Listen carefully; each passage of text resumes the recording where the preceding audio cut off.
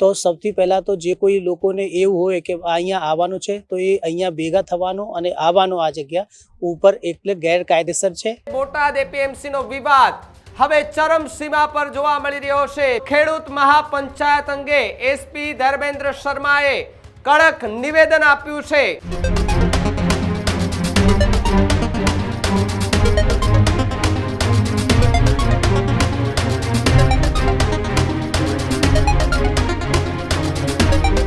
બોટાદમાં ખેડૂત મહાપંચાયતને લઈને હવે મામલો મેદાને જોવા મળ્યો છે। આમ આદમી પાર્ટીના નેતાઓએ બોટાદ જવા માટે રવાના તો થયા છે, પરંતુ બોટાદમાં પોલીસનો લોખંડી બંદોબસ્ત ગોઠવી દેવામાં આવ્યો છે।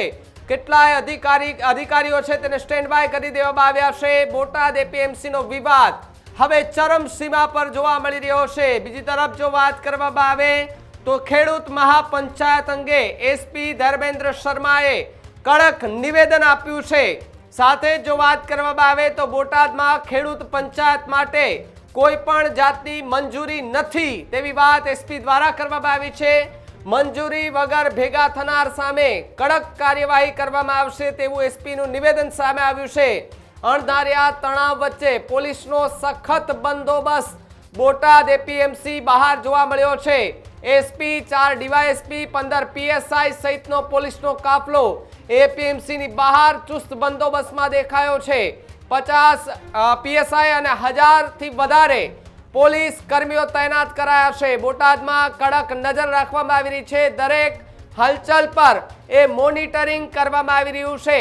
ખેડૂતોની મહાપંચાયતને પોલીસનો સ્પષ્ટ નો સંદેશ જે છે તે આપવામાં આવ્યો છે। બોટાદની અંદર જે ગઈકાલે ઈશુદાન ગઢવીએ જાહેરાત કરી હતી કે ખેડૂત સંમેલન એ ખેડૂત મહાપંચાયતનું આયોજન કરવાનું છે, પરંતુ એસપી એવું કહ્યું છે કે કોઈ પણ જાતની મંજૂરી નથી આપવામાં આવી અને જો છતાં પણ કોઈ ભેગા થશે તો પછી તેમના પર કડક કાર્યવાહી કરવામાં આવશે તેવી વાત એસપી દ્વારા કરવામાં આવી છે। એસપીએ શું પ્રતિક્રિયા આપી આવો એમને સાંભળીએ। સાહેબ, ખેડૂતોનો જે આંદોલનની વાત છે, કંઈક ને કંઈક પોલીસ બંદોબસ્ત, કેટલો બંદોબસ્ત, કેવી સ્થિતિ, શું કહેશો?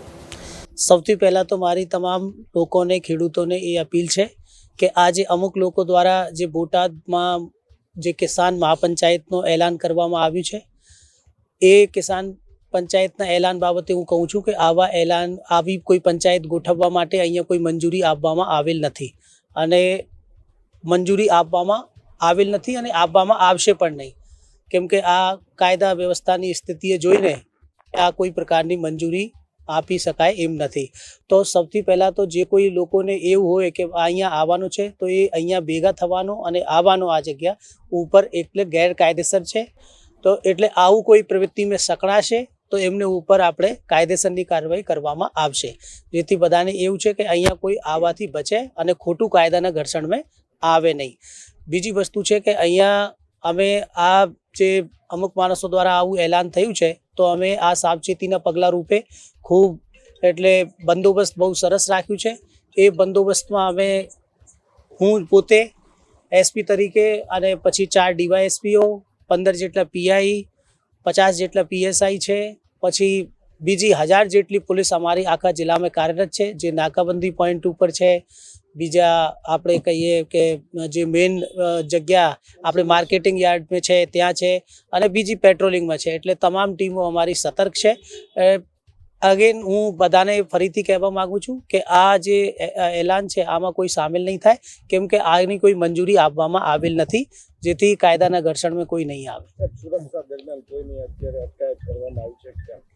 અત્યાર સુધીમાં તો કોઈ એવું મળ્યું નથી કે જેમને આવી કોશિશ કરી હોય આવવાની, પણ કોઈ એટલે આગળ કોઈ કોશિશ કરશે તો એમને આપણે કાયદેસરની કાર્યવાહી કરવામાં આવશે।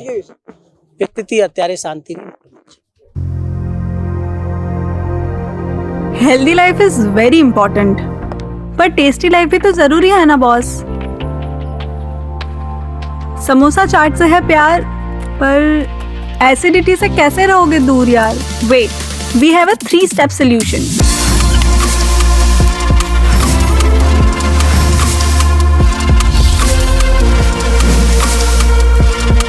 विट्रिशियन ओरल स्ट्रिप, क्योंकि टेस्टी लाइफ भी तो जरूरी है ना बॉस।